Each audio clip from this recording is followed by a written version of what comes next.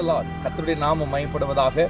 என் கரத்தில் இருக்க இந்த லைட்டை பார்க்கிறீர்கள். ஒரு காலத்தில் ஒரு அறைக்குள், ஒரு வீட்டுக்குள் எரிந்து பிரகாசித்து அநேகருக்கு பயனுள்ளதாக இருந்த இந்த லைட்டை இப்பொழுது இங்கே எரிந்து விட்டார்கள். ஏன் இது இப்பொழுது எரிவது இல்லை?